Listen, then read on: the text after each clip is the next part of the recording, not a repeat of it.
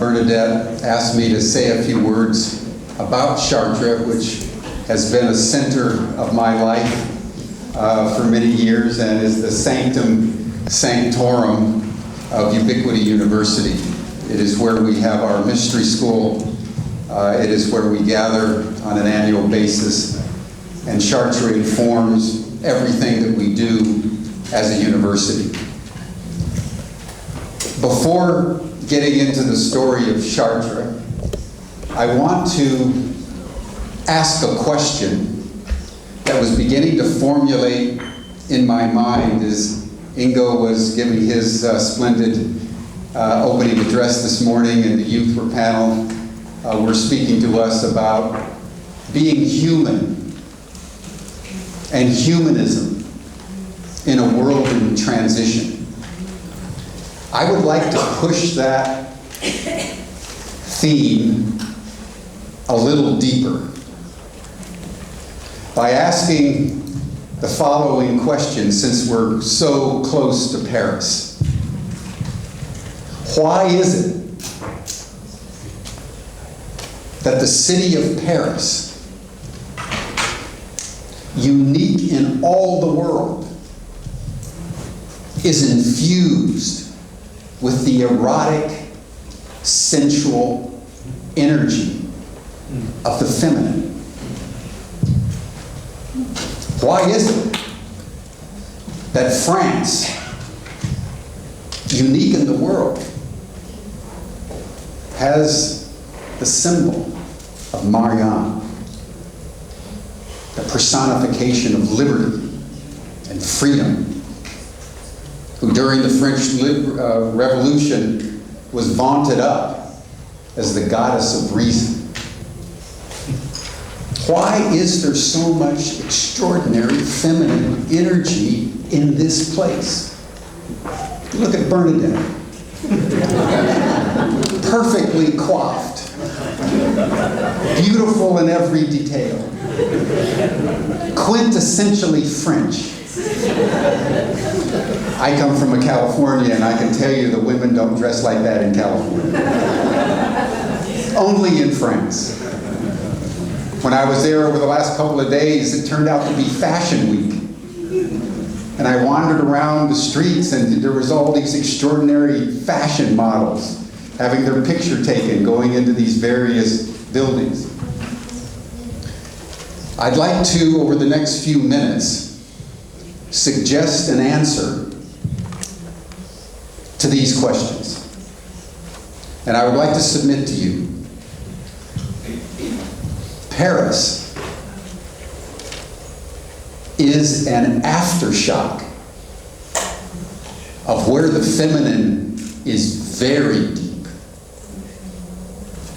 And that is in a town that we're going to visit this afternoon. To the west, in Chartres. The story begins 3,500 years ago, 1500 BC, when the Celts, who up to that time had lived in Central Europe, swept into Western Europe, into what is now France, Belgium, Holland, Western Germany, up into the British Isles, led by the Druids. We had a Druidic ritual to start our proceedings last night. It was beautiful. The Druids were the spiritual, political, juridical leaders of the Celtic people. Druid actually comes from the term people of the oak. The Druids, as you may remember, never built a building because they believed that buildings were a sacrilege against the beauty of nature. Their spirituality occurred in the groves of the trees, by a rippling brook, by a beautiful lake on a mountaintop. Of all the spiritual indigenous people of Europe, the Druids were the most refined because their commitment to a harmonious relationship with nature was of such severity that even though they were literate, they never put anything down in writing. Everything was memorized. And the leader of the Druidic caste was called the voice. Through sound, the Druids opened up the intelligence of the trees. Through sound, the Druid would heal. Through sound, the Druids on special days of the year, the solstices, the equinox, would open up the portals between the visible and the invisible worlds. So the Druids understood nature at a very profound level. And when they came to this part of Europe, and they came to the hill of Chartres, what they found was a granite promontory jutting up on the top of a hill. And it was the hill itself was made of limestone. So you had the peculiar juxtaposition of the hardest stone and one of the most porous earth formations. And between the granite promontory and the limestone, they discovered a grotto, a cave. And when they entered into the cave, they discerned an extraordinarily powerful energy that they identified as the energy of a virgin expecting impregnation to bear a child. She was not with child. She was the heat of the passion of the feminine, waiting to be impregnated. And they said, "This is our Vatican." You know the term Vatican. We think of it in relationship to Rome and the Roman Church, the Vatican. Well, the Vatican is a Celtic word, not a Latin word. And the original use of the term Vatican had to do with Chartres. Because for the Druids, the energy formation in Chartres was the most powerful energy formation anywhere they could find anywhere in Europe. And it was feminine. And that is where they had their Vatican. And several times a year, particularly at the time in late October, early November, the eve of All Hallows, the Day of the Dead, when the veils between the worlds are particularly thin, all the Celtic people would gather in Chartres for ritual and celebration and counsel. And for 1,500 years, Chartres was the center of the Druidic Celtic world. And it is said that at one point they fashioned a Madonna, a black Madonna. They would bring the black Madonna out from the grotto on the spring equinox, put her on top of the promontory, and then in the fall equinox they would take her down into the grotto until the next spring. And then in 58 BC came the conquering general Julius Caesar. And Julius Caesar, as you all know, over a period of about 6 to 8 years, conquered the entire land of Gaul. And Caesar, in his commentaries, wrote about the Druids. He records that the Druids had to study for 20 years before they were considered mature enough to become eligible to even study to become the voice. And it was the Druids with the young general Vercingetorix, who's still remembered in French history today, around Chartres, that mobilized the last stand of the Celts against Caesar. They massed an army of over 250,000 men. Caesar only had 40,000. So Caesar built a barricade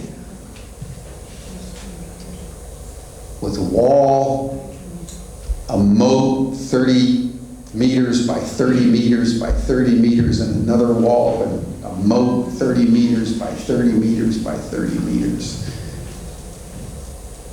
And the forces of Vercingetorix, with the Druidic power, attacked. But all the courage of the Celts and all the power of the Druids could not defeat the genius of Caesar. And it is said that at the end of the battle, Vercingetorix on a white horse circumnavigated the battlefield, rode up to Caesar, dismantled, and bent the knee. He was taken out in shackles when Julius Caesar went to Rome for his triumph. Vercingetorix was part of the parade, and then he was taken into a prison and strangled to death. And that was the end of the Celtic civilization in Gaul. And that's one reason why we think of the Celts today and the Druids as having to do with Great Britain. But in the beginning it was not so. But that telluric energy did not go away. And it is said that Mary Magdalene and Joseph of Arimathea came to France, went to Chartres, before Joseph of Arimathea went on to Glastonbury and in the British Isles, and Mary Magdalene stayed in France in the Bound Forest.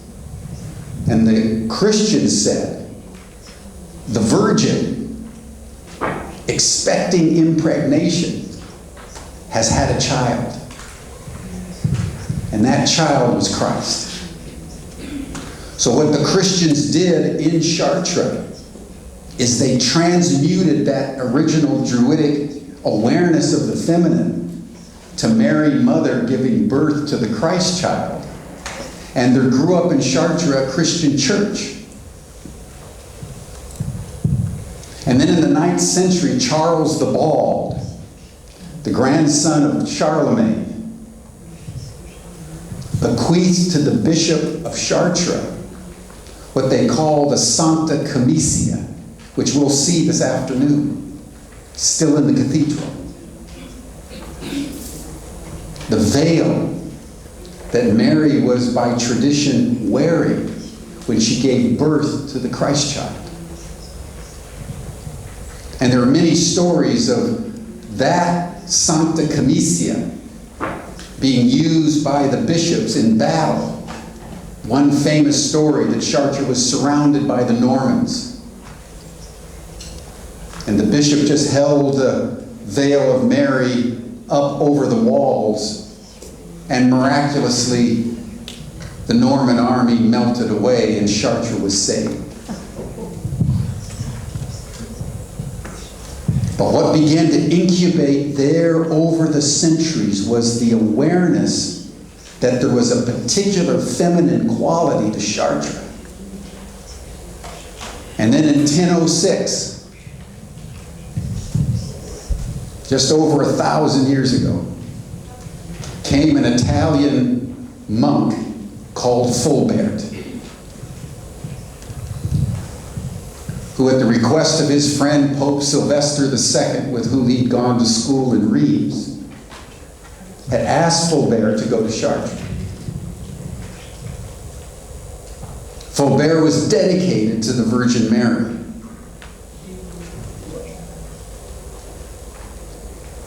After he'd been bishop for several years, he got very, very ill. And in his deliriums of fever, when his students and his fellow administrators thought he was dying, he had a vision of Mary. And Mary came to him and bared her breast and leaned over to him and squeezed a single drop of milk into his mouth. And Fulbert woke up completely healed. And he dedicated the rest of his life to the adoration of Mary. And it was through Fulbert that for the first time in Christian history, they assigned a feast day to Mary. He wrote many hymns to Mary. And when we go to the cathedral this afternoon, I'll point out some of the windows. Because it was Fulbert that said it wasn't just Joseph that was of the line of and the seed of David. It was also Mary. Mary is of the seed of David. During his tenure, his church burnt down. So Fulbert began to build an even more grand church. And then 100 years after his death in 1194, there was another fire. And the entire cathedral burnt down, except for the western facade, which we'll see. The bishop came 3 days after the fire had smoldered. The Sancta Comisia was nowhere to be found. The populace was deeply in despair. And at the moment when the bishop was praying in this ritual of mourning, what emerged from the rubble but 3 priests holding the Sancta Comisia. When the fire had started, they grabbed it and gone down into the basement. And for 3 days, they just experienced the burning of the cathedral. Can you imagine being in the basement when a huge church in stone and wood like the Notre Dame fire, everything is tumbling down on top of you? And you're holding the most sacred relic in the entire city. When they came out, people experienced it as the resurrection. Because Jesus was in the tomb for 3 days, and then came the resurrection. And in a delirium of thanksgiving and an ecstasy of joy and gratitude, that the Sancta Comisia had been spared, the city of Chartres, the people of France, in 28 years, which was a record for the building of Gothic cathedrals. The Gothic cathedral in Milan took over 450 years. Most of your Gothic cathedrals, the 200, 300 Gothic cathedrals, took centuries to build. The edifice that we're going to see this afternoon took 28 years to build. It is considered by some to be the most extraordinary masterpiece of architecture in the world, paralleled only by the Taj Mahal. Chartres is called the queen of the cathedrals. Joseph Campbell, the mythologist, called Chartres the womb of the earth. And one of the most extraordinary things about Chartres is that right as you go into the western portal is this huge labyrinth. And people have walked the labyrinth. So sacred is the feminine in Chartres is that, again, almost unique among cathedrals. No one is buried there. And even in the centuries before the Christians came, among the Druids and the other peoples, no one was buried there because of the intensity of this virginal expectation of birth. The cathedral has over 450 depictions of the Madonna and Child. No one is buried there. And until very, very recently, there was hardly a cross in the entire cathedral because the theology of the Chartrian masters, starting with Fulbert, was a theology without original sin, but what Matthew Fox calls original blessing. That creation is good, we are good, and you can find God through the Bible. You can also find God through a flower, through a sunset, through the moonrise.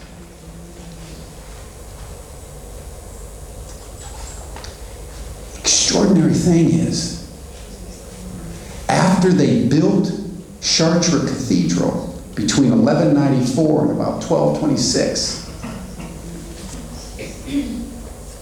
they disappeared. One of the most mysterious events in history.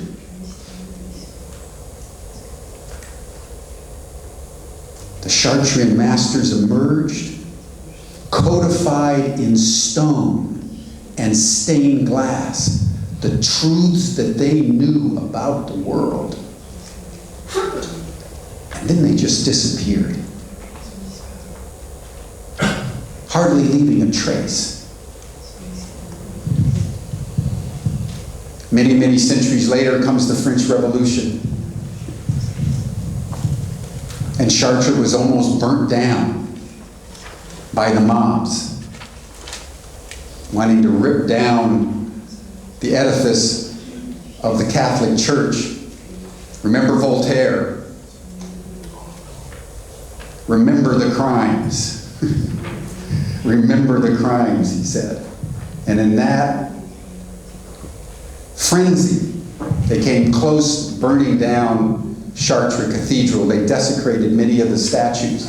And then the architect who was there convinced them that they needed to think about it, that it's pretty difficult to burn down a big cathedral. They needed to have a plan. And over a few days, the frenzy dissipated and Chartres was saved. There's another very interesting story. At the end of World War II, remember the D-Day invasion? Patton, remember George Patton, was given the task by Eisenhower to take Western France.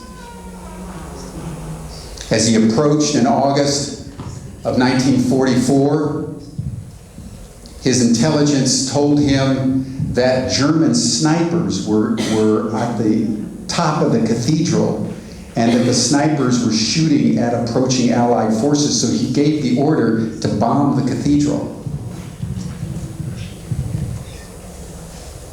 And one of his colonels, a young man, knowing a little bit about Chartres, pleaded with him, don't bomb this cathedral. And he says, I will volunteer to go behind enemy lines and ascertain whether there is in fact snipers shooting from the bell towers. And Patton, uncharacteristically, said okay. The young man went in, verified there were no snipers, snuck back through, told Patton, and so Chartres was spared. And in one of the supreme ironies of the war, the very next week, that young colonel was shot and killed by the Germans in another battle around Chartres. But in that little twist of fate, the queen of the cathedrals was spared.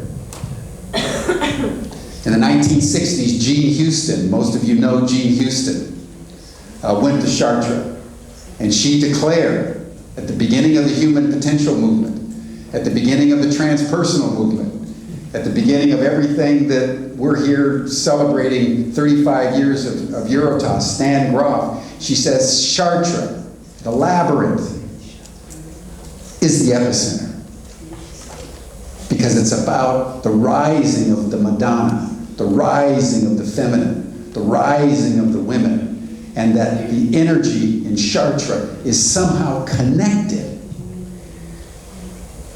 with the world destiny at this moment in time.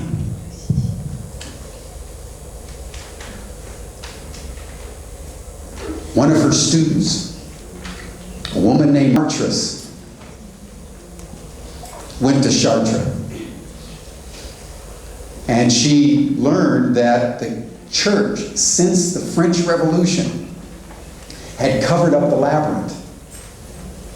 Because the labyrinth is pre-Christian. And they weren't sure what to do with the labyrinth, even though the Chartreuse masters had built it into the floor of the cathedral. So they covered it up with chairs. And Lauren Artress was a deaconess of a cathedral in San Francisco, Grace Cathedral. And there was a relationship between Grace Cathedral in San Francisco and Chartres Cathedral here. And Lauren asked the bishop to clear away the chairs so she could walk the labyrinth. He said no. So in an act of civil disobedience, Lauren Artress took away the chairs. And to the astonishment of the clergy,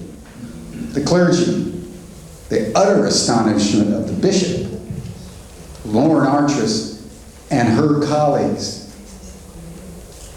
walked the labyrinth and reclaimed it, and it stays open to the present day. Although they only open it on Fridays.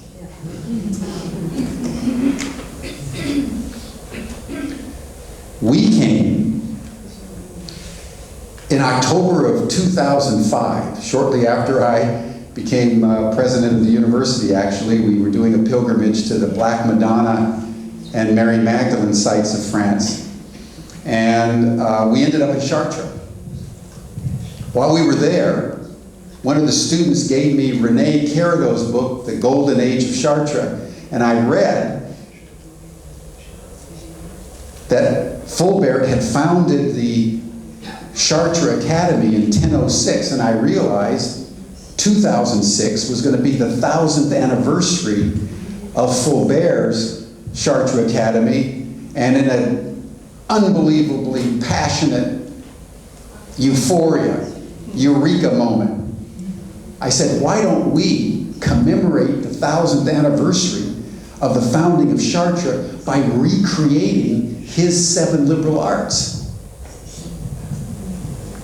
You hear about the liberal arts and the whole Western educational tradition. Those are started by Pythagoras and Plato and Aristotle 2,500 years ago. And the Chartreuse masters for 200 years taught the 7 liberal arts. And what Ubiquity University through our Wisdom School has been doing for the last 14 years, starting in 2006, is every year we go to Chartres at the first week of July and we study one of the liberal arts. We just finished our 2nd cycle of 7 with Astronomica, which is the highest liberal art. It's about the astronomy, it's about the cosmos.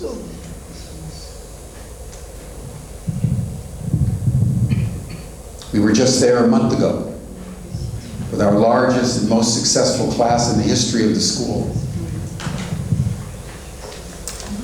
When we go there today, we'll have a very short amount of time, but those of you who will go will bear witness to the extraordinary sophistication of the human spirit. And you'll witness one of the greatest architectural masterpieces ever built. And all they had was string, a pencil, a ruler, and a compass. There was no computer-aided design, and when you look at that unbelievable cathedral, it is something almost unimaginable that it could be done without any modern instrumentality. Let me conclude by making 2 points, coming back to my original question of why is Paris so infused by the feminine? It's because seeping up from the earth is a telluric energy, an earth energy. The Druids discerned 3,500 years ago, but it is just as potent today as it was then. And we don't have time right now, but I would like to submit to you that if you work out the implications of the fact that it is the earth and the energies coming from the earth that is shaping our humanity, has shaped the destiny and the identity of an entire city. The deeper identity that we need to grapple with is not just our humanity and humanism and the fact that animals may be intelligent. We are intelligent. Animals are intelligent because the earth is intelligent. We are not on some inert dirt. We are part of a living organism. The earth is alive. The earth is multi-intelligent. Every quality humans have, every quality you see in nature, every quality you see in a flower is there because it's a manifestation of earth. And something that we can consider is a new term. We've got to move way beyond humanism. We've got to move to earthism. We have got to come to the point in our history, my friends, where we no longer see ourselves not only as separate, but we are earth.